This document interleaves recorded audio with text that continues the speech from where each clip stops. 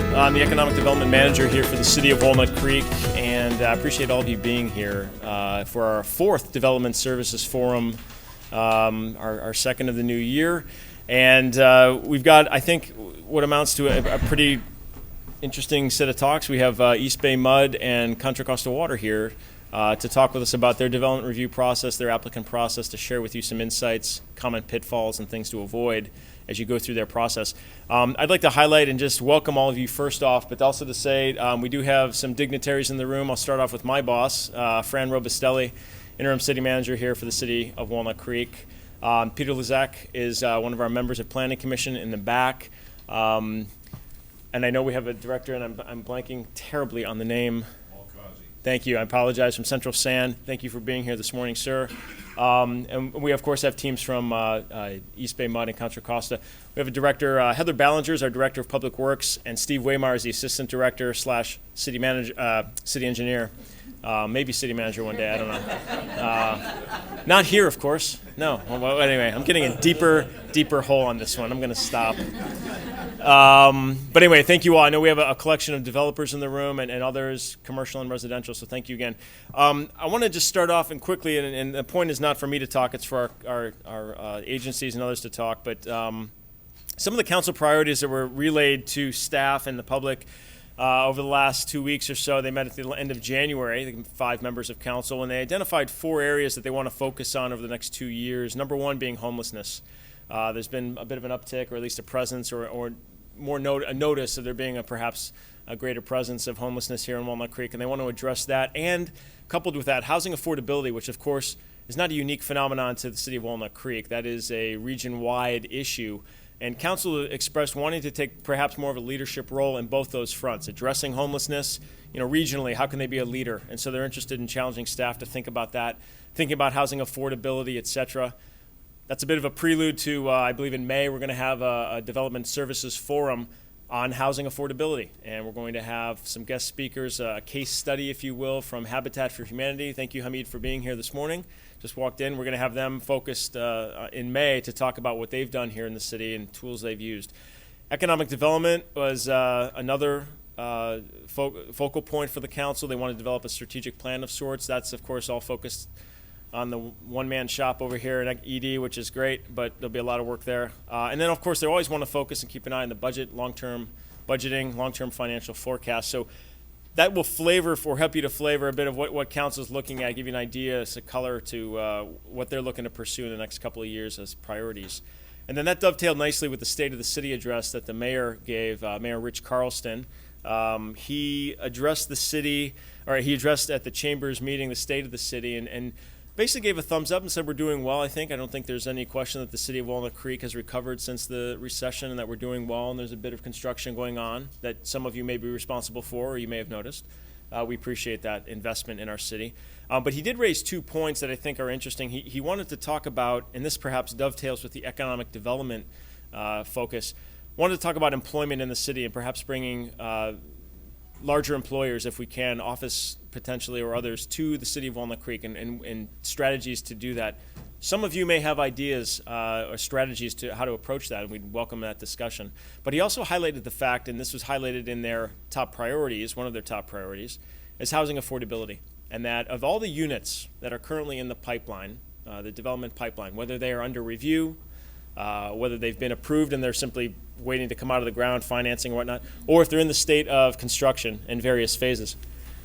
Only 10% of the 1,553 units are affordable to low, moderate income or very low income. And that's a bit of a problem, especially when there's a lack of housing and a lack of affordability. So the council is aware of that, the mayor's aware of that, and he wanted to focus on that in part of his State of the City. So we've gone over a couple of things here in terms of priorities, the state of the city. I'd like to invite my colleague, Trishia Caguiat, to come up. She's with the City of Walnut Creek. She's an assistant planner. And given that today's topic is water not everywhere, she's going to start off with some regulations that we've had some changes to with respect to our water efficient landscape ordinance. Let me get out of the way and let's have Trishia address you. Before I get into that, I want to note one quick thing. Thank you for being here, Trishia. We are going to be recording these presentations Trishia's, EBMUD's, Contra Costa Water. And it's not because there's anything incriminating that's going to be said. It's simply a matter of we're trying to build a library, a compendium of information that's both available to staff who perhaps couldn't be here this morning, or to developers. You may recall after each meeting, Jessica kindly puts together a bunch of notes and the agenda and other topics that were discussed. We will include with that a link to the video of today's presentation, and then we'll keep that online. We'll keep it on the city's website for reference in the future. You may recall, I thought I heard EBMUD say something about thus and such, and we'll have that as a reference point for you. Similarly, Jessica is going to be going around the room just to take photos, just to show we actually have a healthy group here this morning, so we appreciate that attendance. Please be sure to eat the coffee and donuts in the back. That said, Tricia, I'll kick it off. Here you are. Sure. Thank you. All right. Good morning, everyone. Thank you for being here again. I know. Oh, perfect. Cool. Can everyone hear me here? All right. Great. Thank you. Good morning, everyone. Thanks for being here. I'll make it short and sweet. I won't get too scientific, but basically I'll go into the City of Walnut Creek's water efficient landscaping regulations. Again, I'm Trishia Caguiat with the City of Walnut Creek. And let me go into the next slide.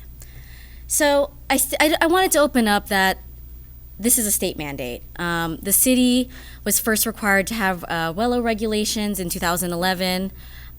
Due to the recent drought regulations, it had to be amended again January 1st, 2016. We had a really fast timeline. I will go into a very quick synopsis of the changes. The city also had a choice to either use the state model or have a custom ordinance in our zoning regulations. Walnut Creek is proactive. We realize, we want to keep everything streamlined. We want things to make sense. So the city chose, and this is ever since 2011, to have a custom ordinance. And what that means is basically to have there was a state model, which was hard to understand, and I had to review it and try to see if it could be part of our regulations, but it just seemed so kind of difficult and timely, and so what we decided to do in our zoning regulations is to have a streamlined process which makes sense in our review process. And so that was adopted by City Council in October 2016. Projects that require an entitlement, such as design reviews, conditional use permits, variances or building permits, et cetera, if they are a new landscaping, it's 500 square feet or more of new irrigated landscaping that will trigger WELO requirements, or the replacement of more than 2,500 square feet of irrigated landscaping. Some new plan requirements in the bills that we've now implemented in our ordinance is the location of rain harvesting, gray water or recycle systems. Master shutoff valves are required. The water budget is now more restrictive, and mulch requirements have increased. So I just kind of wanted to go over a couple things for submittal requirements.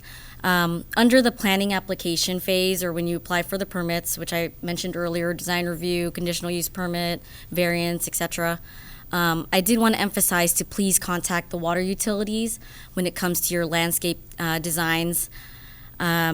They have requirements such as design requirements, connectivity. Those are all things that need to be coordinated with the utilities, and I really encourage coming to them first. And then when those requirements are settled, you come to the city and you submit your landscaping plan, irrigation plan, and those requirements are also noted on we have a certificate of completion, which is fancy speak for checklist. We want to have a streamlined process again, be developer friendly. We also want the planners to be able to convey the same information directly and in a certain order. So the certificate of completion is really just a fancy checklist that tells everyone, when you have a project, did you do this? Did you do that? Did you do that? And it's really just yes or no. It's supposed to be very straightforward. And if you have any questions about that, to please contact either your project planner or the duty planner. There's also a water allowance calculator. As part of the streamlining efforts, the state requires that the water budget be documented. They didn't say that we needed to have all the math completely spelled out or anything like that. So Staff had created a water allowance worksheet. This has been a part of our 2011 process. It's been amended to reflect the changes. So I have an example here on our PowerPoint. This one's version 2. And so this one is a sample. This is like a real life, someone submitted this for our review. Quickly, it has the hydrozone type, planting area, irrigation method. You have your landscape architect plug those numbers in. If everything's on the plans, we check against this streamlined sheet. And once you press all these, after you input all the numbers, if it says pass, we're good. Quick. And additionally, when you go through the construction permit phase, soil sample lab requirements, we'll need those documentations. There's also a landscape irrigation audit requirement, which requires a EPA WaterSense certified auditor. I believe the state website has those requirements and kind of goes more into detail about that. And then before you turn in the certificate of completion, which really just says that you're aware of this process, you're now complete before you get issued your site development permit or building permit. If there's any changes that had been made either between the entitlement process through the building permit process, because those things occur, once we get out on site, we know there's some changes here and there, or maybe the entitlement process required some changes that, following public hearing needed to be done. Those changes will need to be submitted because your audit will kind of come to light on that, and we just want all our plans to be consistent. So lastly, if there's any conceptual plans, please contact the duty planner. I have here our lovely counter on the second floor. You guys are probably familiar with that, or downstairs. You can either call the duty planner or email any conceptual plans and get some feedback. If you have an active entitlement and have questions about the WELO, please contact your project planner. We're here every step of the way to to kind of be personalized on your entitlement process and to really go into the regulations, and we can answer those questions. I also have a sample picture up here, shameless plug. We have a guide to the Walnut Creek water efficient landscaping. Since we personalized it, we want to be able to explain it and you can read about it. And again, any questions from that guidebook, please direct them to the duty planner or your project planner. There's also a landscaping portion on our website down here at the bottom, which has all the guides. It shows our regulations and some forms. So all the forms I mentioned are on our website and can be printed, multiple times. You guys can have it on your project file stuff, and the duty planner information is also on the website. So thank you so much. Do you have any questions for Tricia or any clarifications on the presentation? Great. Thank you. Thank you, Tricia. And I think I just want to emphasize that why are we doing all this? And I think that the intent, the state intent and the city's intent are correct. We despite all the rain recently, we were in a pretty severe drought, and I think it's good to be mindful of natural resources. So thank you for that, Tricia, and we'll continue to hopefully make progress there. So checking down the list, we're looking at the customer conversation portion of this meeting, which is the time when we want to stop broadcasting. We want to start listening and receiving from all of you. Now, I highlighted it as trends for 2017. That's kind of a carryover from the last meeting last month. But this is an opportunity for those of you to identify trends or things you're noticing in the marketplace. It could be anything related to not necessarily your specific. We're not asking for state secrets here. We're not asking for insider information. We're just asking you to identify trends. And now that they broke that, all right. The reason being is, think of it this way, staff wants to try, we are trying to be as responsive as we can. And if you are aware of a trend and we can then react to that trend ahead of time, we can be more proactive in our approach than reactive. So we're trying to learn from you as much as perhaps you're trying to learn from us. And so we're trying to make this a dialogue and not a monologue. So does anyone have anything that they wanted to share, trends, noticing, things in the marketplace? I don't know, I'm not going to put you on the spot with Lisa with BIA, but are there things that your members are talking about? Are any of you members of other professional organizations that are identifying hang-ups, alarms, anything?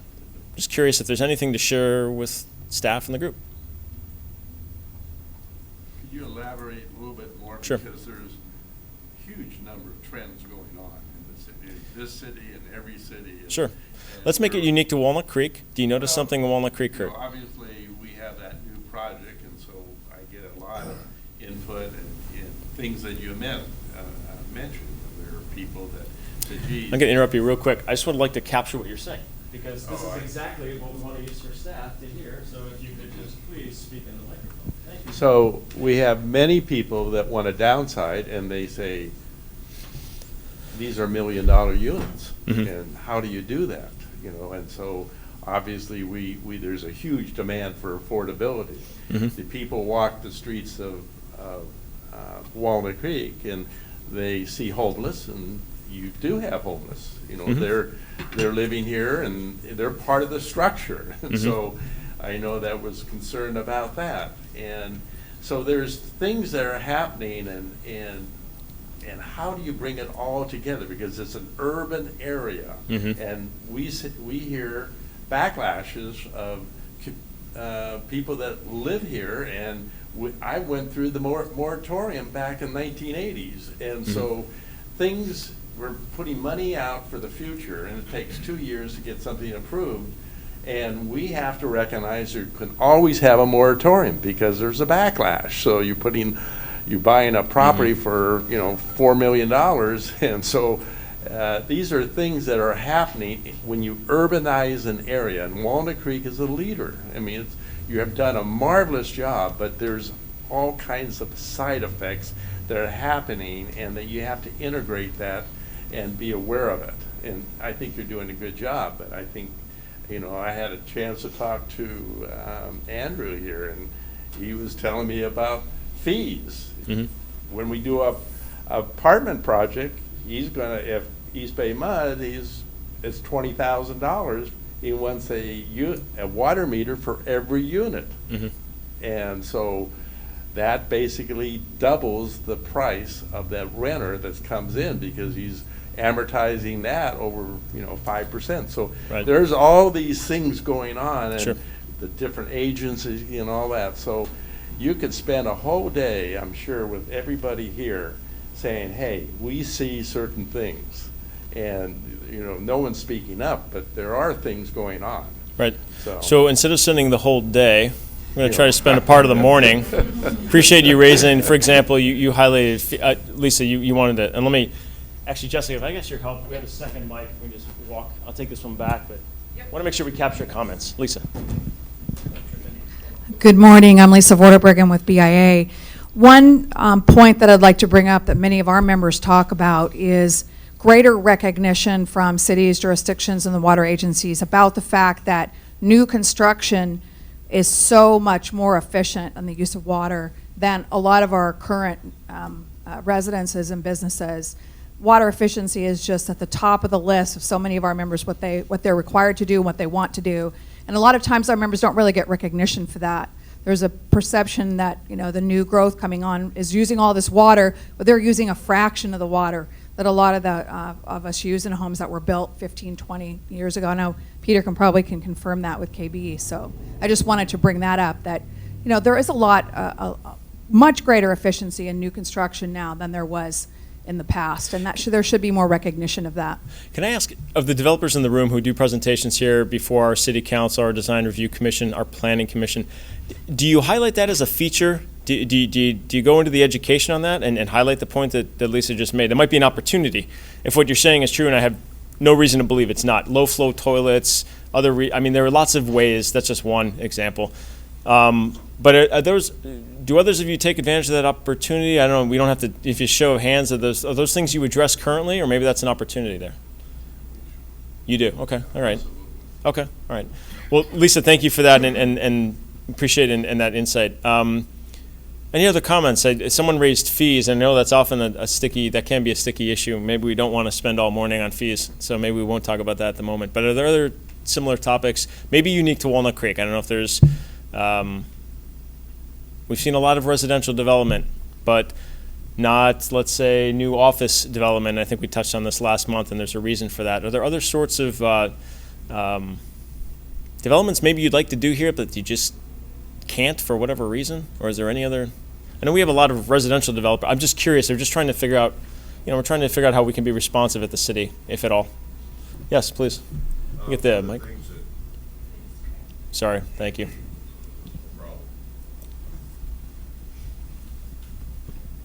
One of the things that Central San is beginning to look at is the expansion of outdoor dining and the expansion in many of these restaurants to put additional tables out in the sidewalk area and those kinds of things. And clearly that impacts the wastewater flow. And so we're beginning to look at how do we deal with those issues? How do we take a restaurant that's already been permitted and understand what the expansion of that use is?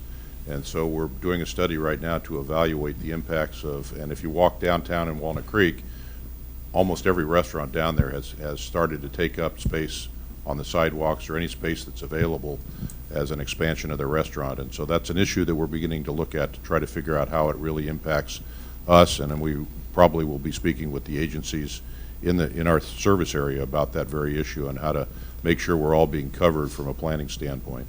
Excellent. Thank you for the heads up. Any idea when that report, I know you say it's in study, any idea when you might release or publish that report? Probably within the next 6 months. The next 6 months or so. Okay, great. Thank you for that. Appreciate the insight.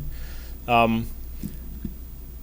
don't want to feel like I'm pulling teeth, so maybe I'll move on. But I appreciate, if you have any other insights, let me also just say that staff is here. Be happy. If you want to use myself or Jessica in response to her emails, ideas or other thoughts that just occurred to you after the fact, let us know. Ed, yes, if we can get a microphone to Ed Doublecar on the back, thanks. Couple 5,000-foot trends. First of all, the good news for Walnut Creek, center of the valley, financial center, retail center, job creation center. Right place, right time, and great city administration. That's the good news. As Kurt mentioned, some unintended consequences. The job creation machine in Silicon Valley, San Francisco, Oakland, Walnut Creek is still proceeding apace, even if it's softened. So what does that mean? As we can create jobs, we need more housing.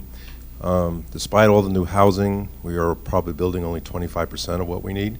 What are the unintended consequences? So forget affordable housing. Groups I represent and working with, we're worried about workforce people, those unfortunate people who make $60,000 to $120,000, teachers, nurses, and people like that. So as the A apartments here in Walnut Creek, Lafayette reach $350, $390 a foot, that's $3,000 to $4,000 a month. Think of that. If I only make $70,000, I can't pay $40 a year, $48,000. So I have 40 people in my Walnut Creek office, 12 of them under 32. They have to live with their parents. We actually now in the interview process ask them where they live. Then the average staff person who only makes 70 to 90 is now, the B apartments are being raised to $250, $3 a foot. That's the market. Therefore, they are moving north and south, mostly north. So the commute is increasing. So a third of my staff now comes from Brentwood, Oakley, Fairfield, places like that. It's an hour to get here. That's a productivity issue. And then the other unintended consequence along those lines is roads and transit.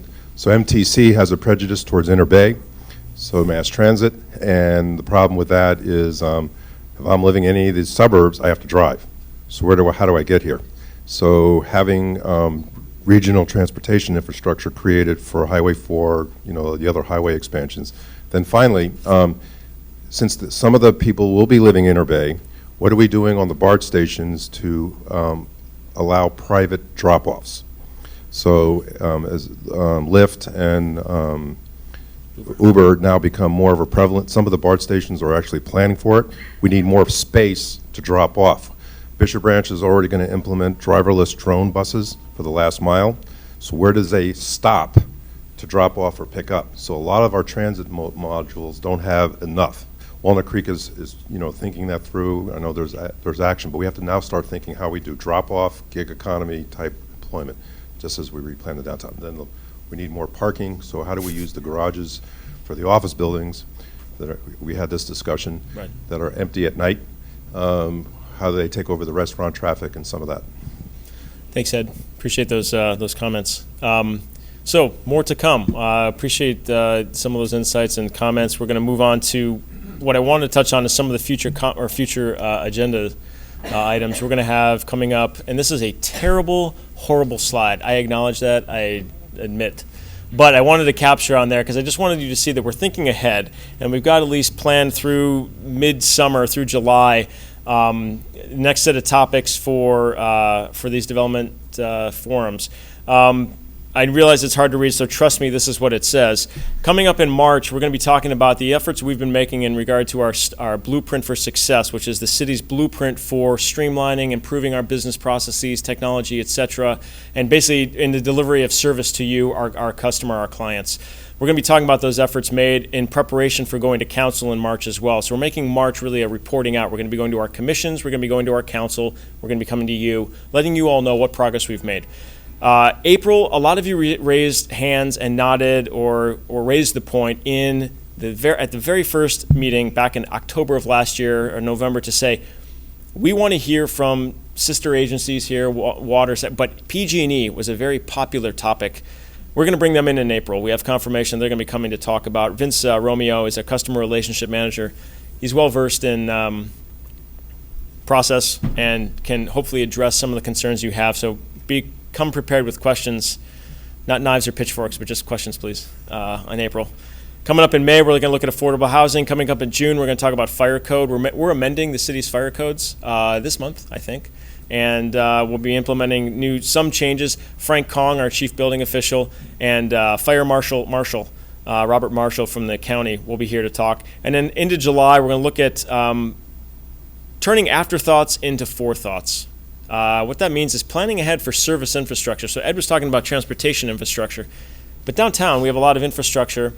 It's been here a while, and thinking ahead to where are you going to put the transformer when you convert that space from retail to restaurant, or where are you going to put the grease trap, or how about the parking? All these things that kind of maybe don't get thought of when you're going through the entitlement process, but then they crop up when you're doing the construction phase. So we're actually looking for participation from you all in two spots. Number one, next month in March, your input is needed. We would love to have you come to these forums and interact with us. But then again, in July, we're thinking about potentially a case study. Maybe there's someone downtown who did a project and can speak to these and say, oh, yeah, I had trouble with this, that, or the other thing, and we can talk that through and make that hopefully a learning opportunity for everyone, staff and development community alike.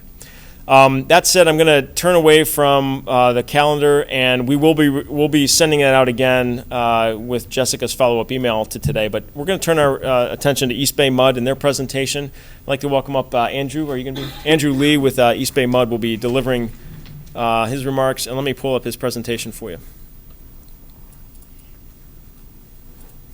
You prefer to walk, we can give you a...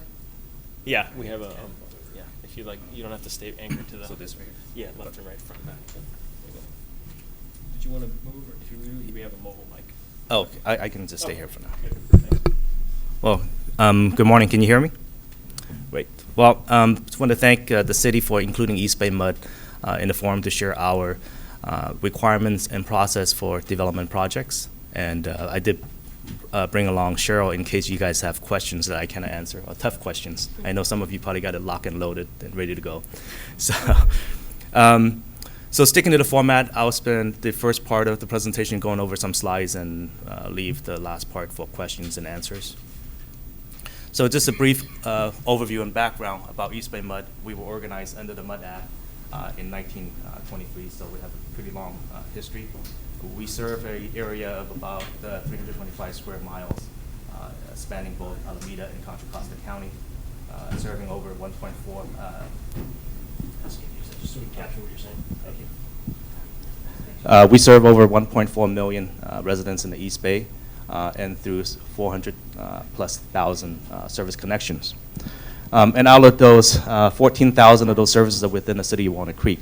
Another quick fact is that we maintain and operate for 4,200 miles of pipeline that bring water to our customers. So this is a map of our water supply system. It's a pretty wide system, and our water supply begins at the Western Sierra in the McCollum River watershed. The water is stored in the Pardee Reservoir. From there, it travels approximately 90 miles or so through a series of pipelines to the Bay Area to our customers.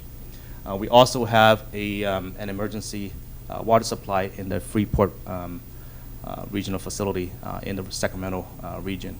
And we did use that water last year during the drought emergency.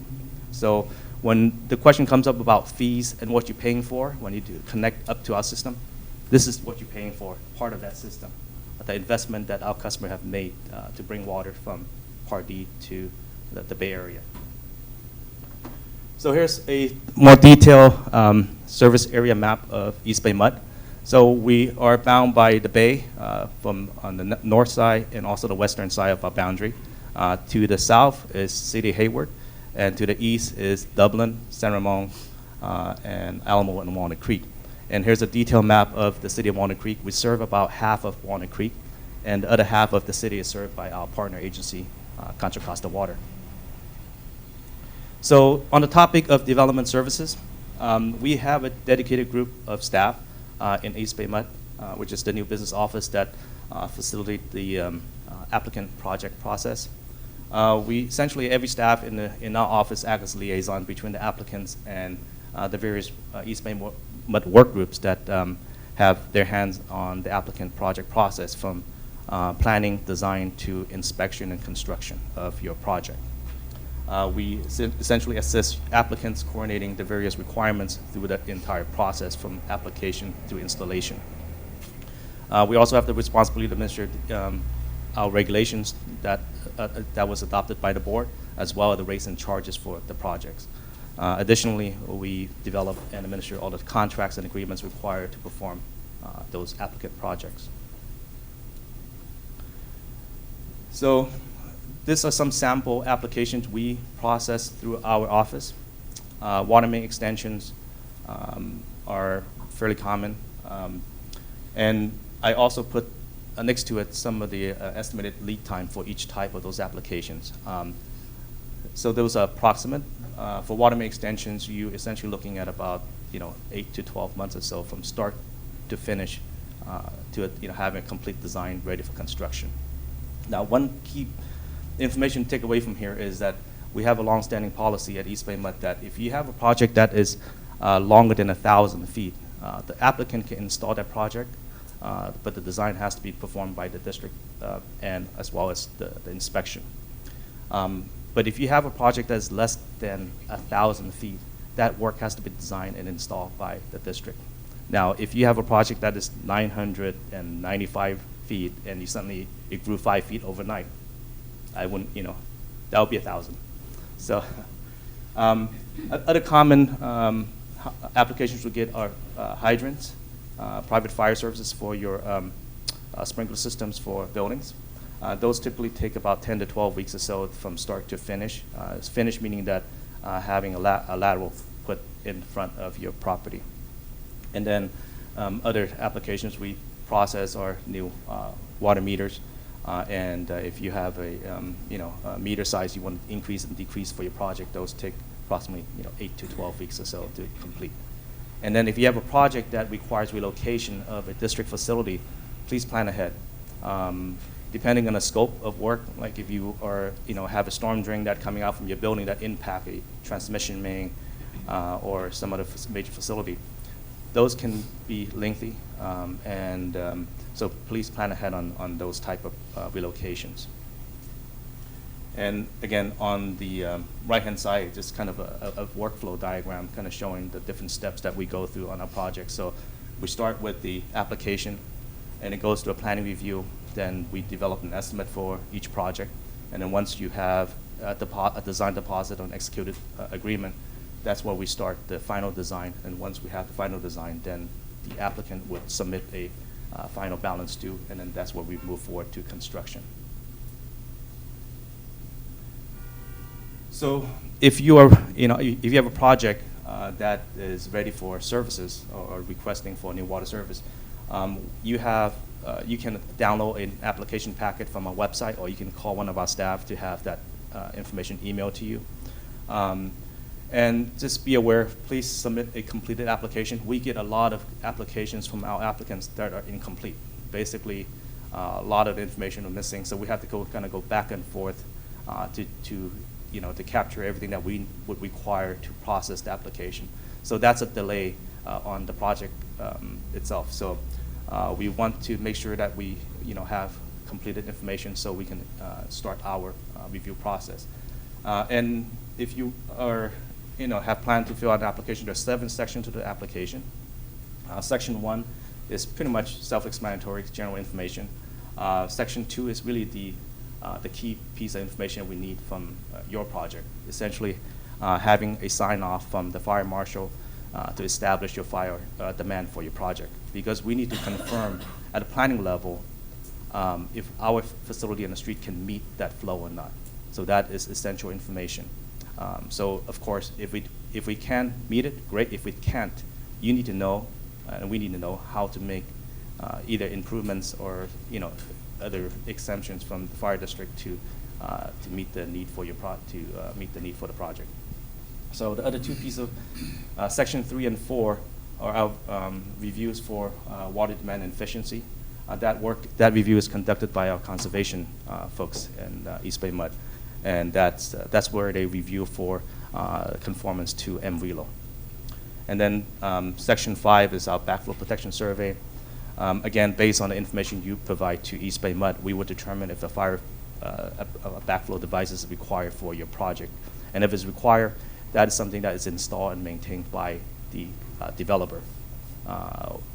And then the section 6 probably doesn't relate to anyone who does project in Walnut Creek. Walnut Creek is not in our wastewater wastewater area, so that would not be applied. And then section 7, again, is just acknowledgement in the signature page. So some key considerations for development projects: plan early and avoid changes in design after you submit an application. We receive about 500 or more applications a year, and as the weather gets warmer and people getting ready to construct, we get probably a spike in those numbers. So please plan early, and so we can move accordingly with your project. And also get all the necessary approvals, especially the fire service approval from the fire marshal, which I mentioned earlier, and budget accordingly.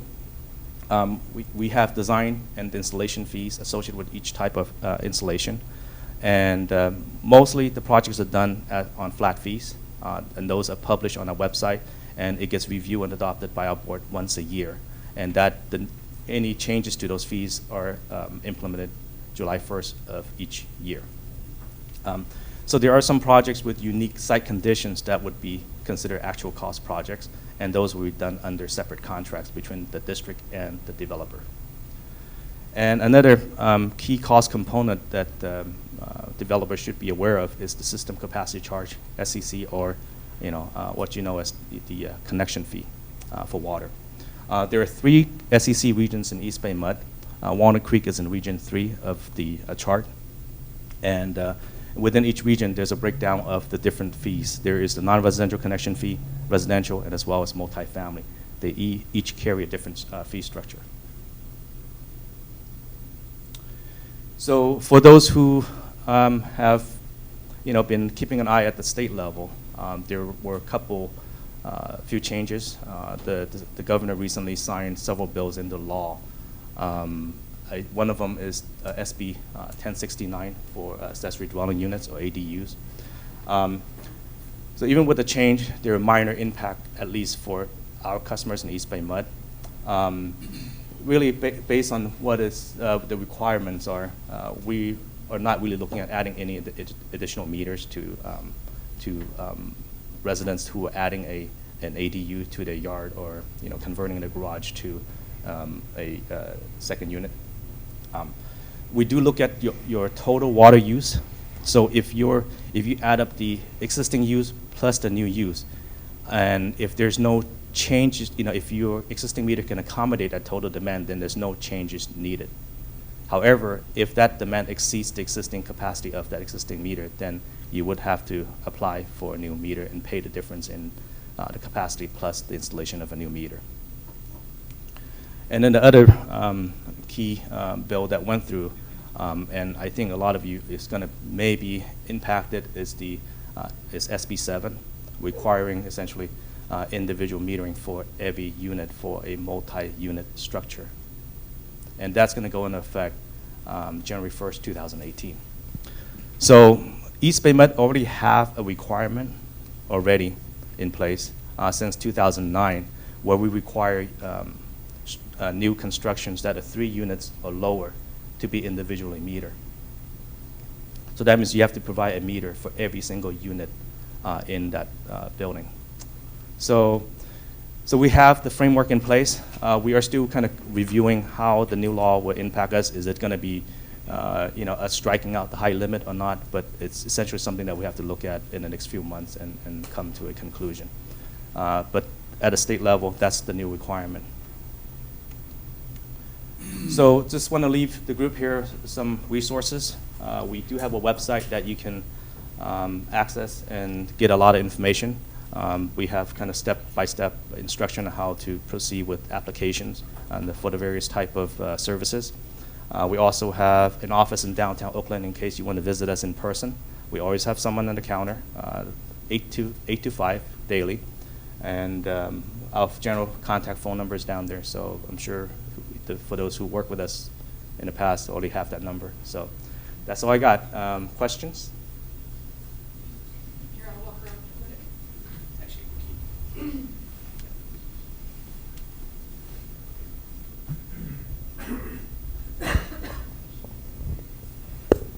Wow. So, for the new meter per unit, new law, does that exempt, however, the other new state law that allows secondary units, granny units, garage units, or you still have to put a meter for that? No. Are you asking if we need a meter for the second units?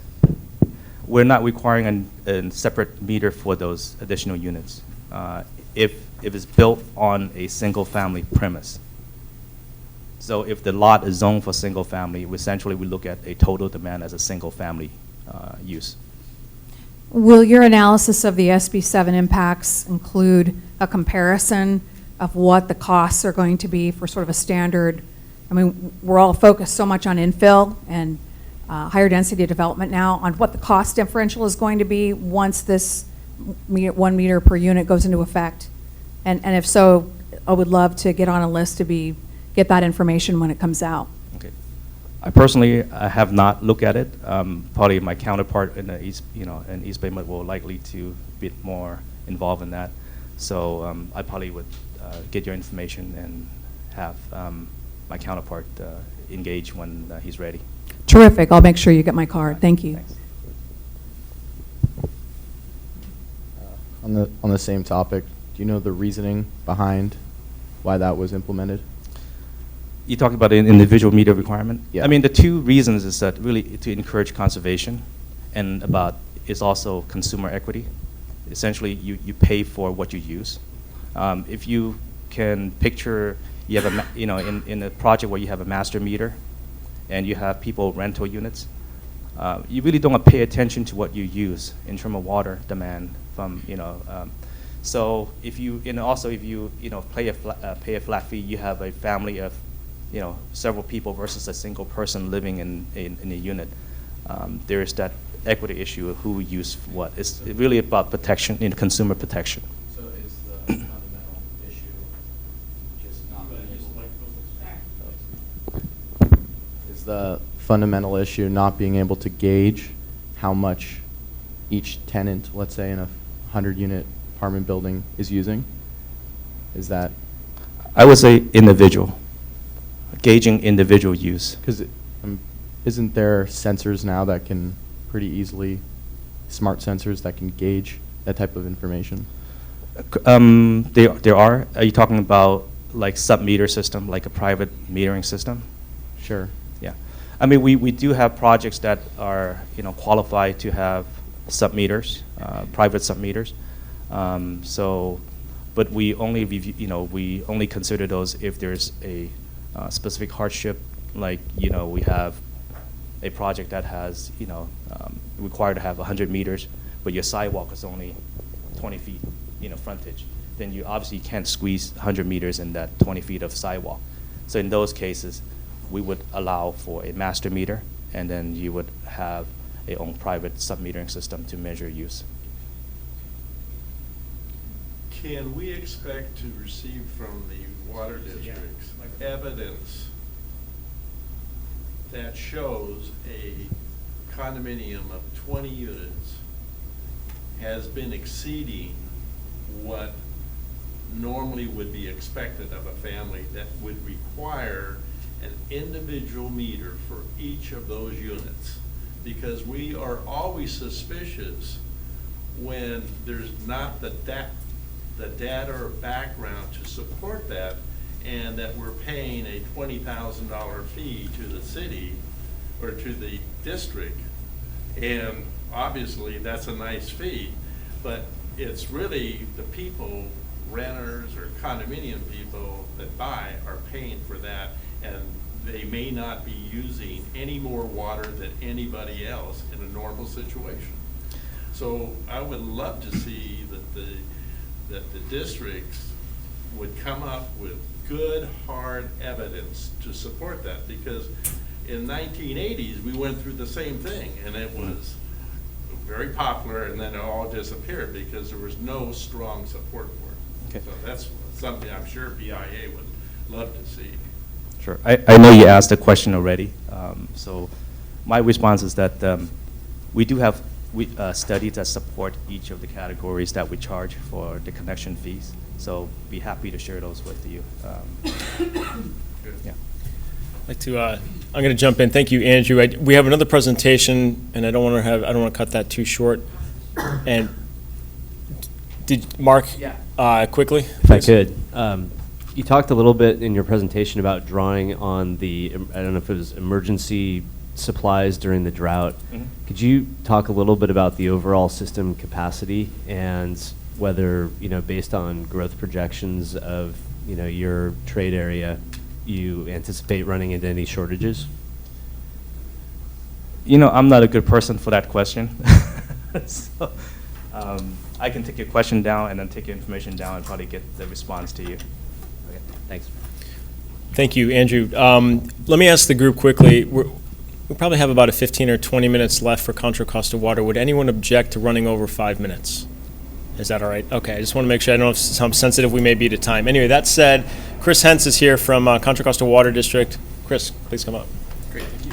And if you want to walk about, you can. Sure. Stay local. Front, back. Great, To thank you. advance. Thank you. My name's Chris Hentz. Can you hear me okay? Okay, I'm the engineering manager for Contra Costa Water District. I'm actually joined here also by Rachel Murphy, the director of engineering. And we appreciate this opportunity to talk with the group about our services. Much of what I'm about to walk through is similar to information that Andrew has provided. There are differences between our districts, but I wanted to touch on a few things. First, an overview. I'll quickly go through this. We were formed in 1936 as part of the Central Valley Project. We deliver wholesale and retail untreated water and treated water throughout Central and East Contra Costa County. Service area is about 215 square miles. We have about 500,000 customers. Almost 100% of our water comes from the Delta. So we have an extensive system of the Contra Costa Canal that is the backbone of our service area that delivers water from the Delta to our various retail customers, wholesale customers, industrial and commercial customers. And something you might all be familiar with is our Los Vaqueros Reservoir, which is one of the key water quality and water supply reliability facilities, reservoirs in the Bay Area. It was originally constructed in the early 90s. It was a 100,000 acre foot reservoir, and you might have followed in the news that recently we expanded that reservoir to 160,000 acre feet to increase the level of reliability and water quality protection that we provide. And we're also looking at expanding the reservoir further. This is a quick picture of our service area. So we serve water from the eastern county, from Oakley all the way through Pittsburgh, Bay Point, over to Martinez, and of course down into the City of Walnut Creek. This is a bit of a blow-up, kind of shows the delineation of the service areas. The upper light blue area is Contra Costa Water District's treated water service area. And then in the purple is the area served by EBMUD. Black lines really are the city's boundary. What I'd point out is there are some areas where our boundaries, well, I'm not sure I can, there it is. There are some areas where if you look purely at our boundaries, it doesn't quite depict exactly who serves. So there are some areas that actually, like this one here, that are within the Contra Costa Water District service area, that are actually through agreement are served by EBMUD because their facilities were better suited to serve those areas. So just a minor point as we have discussions about who you would receive service from, this is one consideration. We would look at whether or not EBMUD actually serves that area. So the engineering services department within Contra Costa Water District, we're responsible for all customer service associated with new services. All new water services come through our department in engineering. We ensure the compliance with the district's code of regulations, and we make sure that all of the designs meet our standards. We are responsible for coordinating projects from initial concept, when we initial discussions, when we first get calls from you all to see how we can best meet your needs, all the way through an application, through design, and we inspect during construction.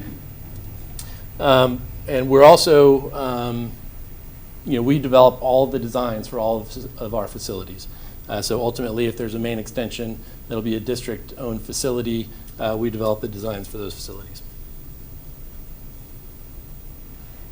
Similar to Andrew's point, and he encouraged, and I encourage you, as early as possible in your design development or your project development and entitlements, talk with us.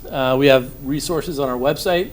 There are application materials, we outline our service requirements, frequently asked questions. So there's lots of good information there. But we really like to make sure that we have someone available to you to answer any of your questions. So while the information is available on the website, and at the end of this presentation, I'll give you a phone number. But we always encourage you to feel free to give us a call. We can work with you, meet with you, answer any of the questions you have, and help guide you through the process and what would be required to provide water service. And the other thing I'd say here is one of the services we offer is to develop a shotgun estimate, is what we call it. It's a conceptual design and estimate of fees. So if you come to us, we have a small fee and application, but we'll take your initial information and we'll develop a cost estimate for all of the infrastructure that would be required to be constructed for your facility, as well as any fees associated with it. So we'll come up with a overall project cost for your development. And that'd be at the conceptual stage, so you can make an informed decision about your development. So we'll go through real quick and some of the agreements, the types of agreements that we require or we would enter into with you. One, I mentioned just now, a shotgun estimate. So once you give us your information, that could take about 2 to 3 weeks. The fee for a 5-unit development is $178 for us to develop that shotgun estimate for you. We have walk-in services. Walk-in service is basically an individual home. It's a simple service, and that's one that's installed by the district, and so it's something that's takes about 4 to 6 weeks to design, a couple weeks to schedule with our construction group, and then a couple of days to install it. We also have a service agreement, what we call a service agreement. It's for larger services, something larger than a single residential service, something that might require a hydrant or a fire service. The assumption is that this is for a property that's located next to a main, so it doesn't require a main extension. But these facilities, these services are typically installed by the district, and you can see here our design and installation times. And then a water main extension agreement. So if you have a project that requires that we extend a main to the property in order to serve your property, then this is one that could be installed by your contractor. The district would design it, but it would be at the developer's choice whether or not to have it installed by the district or your own contract forces. And of course, these are usually larger developments, a little more complex, harder to give an estimate now of what timeframes these would require. So we would work with you from the beginning to develop a schedule. So some of the common topics that we run into or discuss with our customers. One is that all developments that will have district-owned facilities on that property require that we have a standard district easement. So when that easement's available on the website, and you can take a look at that. We always ask that you submit a complete application. We look to receive CAD files, joint trench location, storm drain, basically all the information that we need to quickly progress and efficiently progress through a design that'll meet your service needs. Sometimes we have customers who come in, not all of the designs for the development are complete. We can work with you on that. We can initiate design. It's less efficient when some of the other utilities are still moving or being designed, and that could cause changes to our treated water facility designs. So the most efficient way to go is to submit a complete application. And I'd point out here one thing that we've run into. We look for you to provide us, if possible, your PG&E new business contact. The reason for that is we're actually running into some challenges getting the existing PG&E information on the location of their utilities. But if we have your new business contact, they'll typically provide us the information more quickly. We look for potholes, to pothole utility crossings during design. It's something that we can do, but if your contractor is going to be out doing work anyway, we ask that your contractor do it. Our fees are called the facility reserve charge. Of course, this is so an FRC, a little bit different terminology than some other agencies use. And that's, of course, based on the meter size, and this is published in our code of regulations, and we can walk you through, if you give us a call, we can help you estimate what those charges would be. And then the last thing is that the district works on a time and material basis for all work, except for a walk-in or a simplified service. So if it's a single residential service, we have a set fee.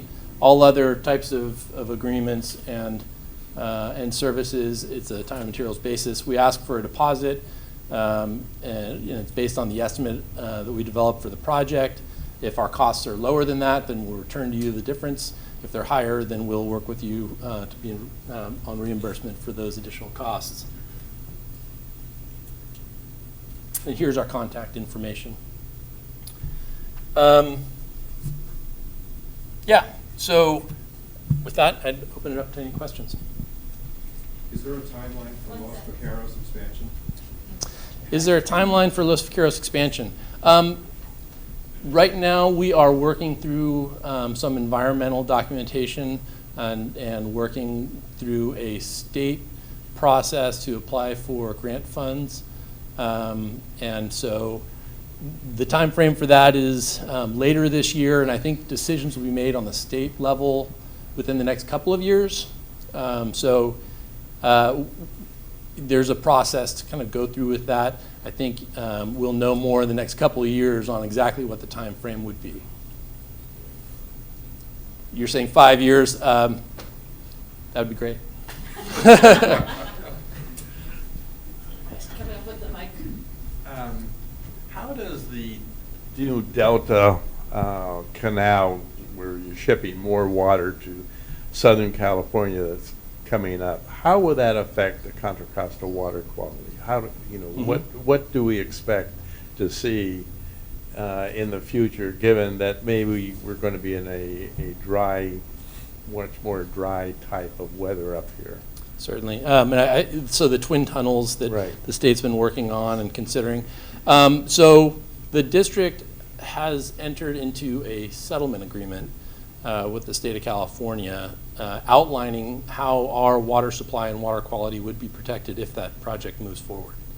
Our water resources department did some really amazing work identifying what those future impacts might be.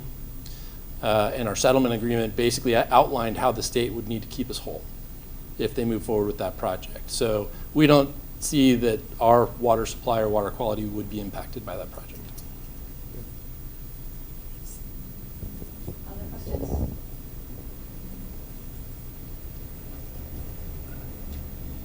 Great. Thank you. Thanks. Well, we appreciate that. Chris and Andrew from Contra Costa Water and East Bay Mud, respectively. I thought we were going to run over. And in true to form, we're actually finishing up a bit early. But are there any other, Lisa, if you had a final thought or a question, let me get the mic so we can record. Do you have a timeline for the joint City Council Planning Commission meeting on affordable housing impact fees?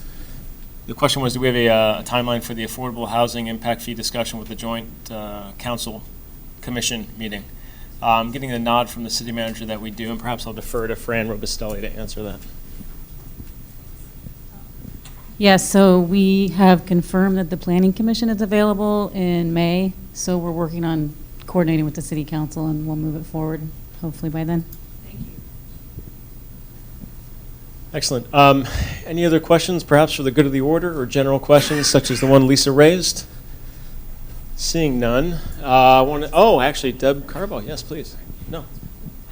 Would it be possible for you or Jessica to forward the presentations to everybody on the list? Would that be easy to do? We typically do that. Yes, we'll lock it down in a PDF format and send it out. We'll also include some other materials. It might take a day or two because we'd also like to send out the link for the video, so we're going to work on that with Matt, who's been helping us this morning. But yes, we will make that available, and we appreciate you asking. Any other questions? Well, thank you all for your time this morning. Appreciate it. We'll see you next month when we have a discussion on the progress we're making on our blueprint. Thank you for being here. Have a great day.